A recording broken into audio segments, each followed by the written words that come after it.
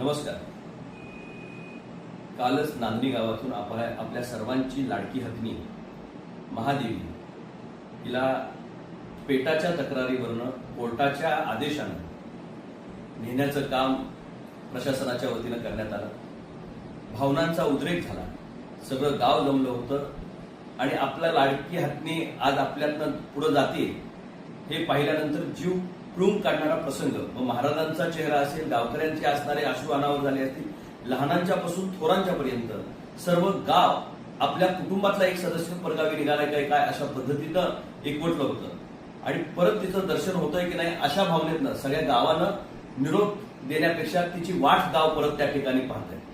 मी आपला प्रतिनिधी म्हणून हा विषय अतिशय संवेदनशील आहे आणि तो लोकसभेमध्ये आता अधिवेशन सुरू आहे तो उचलावा याच्यासाठी गेले आठवडाभर प्रयत्न करतोय.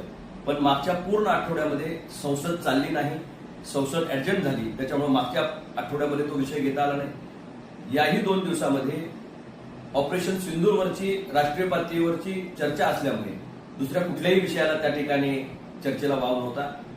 मी लवकरच या विषयाला वाच्यता पार्लमेंटमध्ये त्या ठिकाणी फोडणार आहे. पण मी पेटासारख्या संस्थांना जे स्वतःला प्राणीमित्र म्हणून घेत आहेत त्यांना मला मुद्दामून या ठिकाणी सांगितलं पाहिजे की तुम्ही माणसामध्ये आणि जनावरांमध्ये फरक करत असताना जे जनावर माणसाळलेलं आहे, जो प्राणी माणसाळलेला आहे तो तिकडं दुसरीकडून कुठंच राहू शकत नाही. ती हत्नी फक्त आणि फक्त नागरी गावामध्येच आनंदाने राहू शकते आणि त्या मठाधिपत्यांच्या आशीर्वादामध्येच आणि त्यांच्या असणाऱ्या व्यवस्थेमध्येच चांगली राहू शकते. जशी माणसाची सायकोलॉजी असते तशी प्राण्यांचीही सायकोलॉजी असते आणि तिच्यावर होणारा सायकोलॉजिकल परिणाम खऱ्या अर्थानं त्याच्यासाठी तुम्ही कारणीभूत ठरणार आहात. पेटा स्वतःला जर प्राणीमित्र म्हणून घेत असेल आणि प्राण्याच्या संरक्षणार्थही आपण सर्वजण करत असाल तर गावागावामध्ये आमच्याकडे भटकी कुत्री फार मोठ्या प्रमाणात आहे. शहरापासून ग्रामीण भागामध्ये त्यांनी हौदास मांडलेला आहे. तुम्ही ती वंताराला सुपूर्द करण्यासाठी काय करता येते पहा. आम्ही सगळेजण तुम्हाला मदत करू.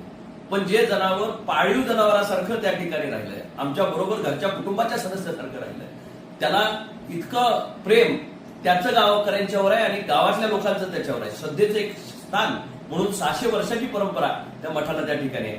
असा आमच्या आत्म्याला हात घालण्याचं काम तुम्ही त्या ठिकाणी केलंय.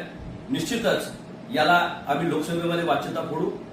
नागपंचमीच्या विषयी कालच एक चांगला महत्वाकांक्षी निर्णय केंद्र सरकारनं घेतला आणि वन्य प्राण्यांच्या यादीत असताना सुद्धा नागदेवतेच्या पूजेला परवानगी त्या ठिकाणी मिळाली आणि काल आनंदानं नागपंचमी माझ्या शिराळा गावातील आम नागरिकांनी साजरी केली. माझा प्रामाणिक प्रयत्न आहे की हत्ती जो या ठिकाणी पाळीव हत्ती आहे, जो परंपरेनं त्या ठिकाणी तिथं आहे, लहानाचा मोठा तिथं त्या ठिकाणी झालाय, त्या हत्तीला परत एकदा मठाकडे सुपूर्द करण्यासाठी काही स्पेशल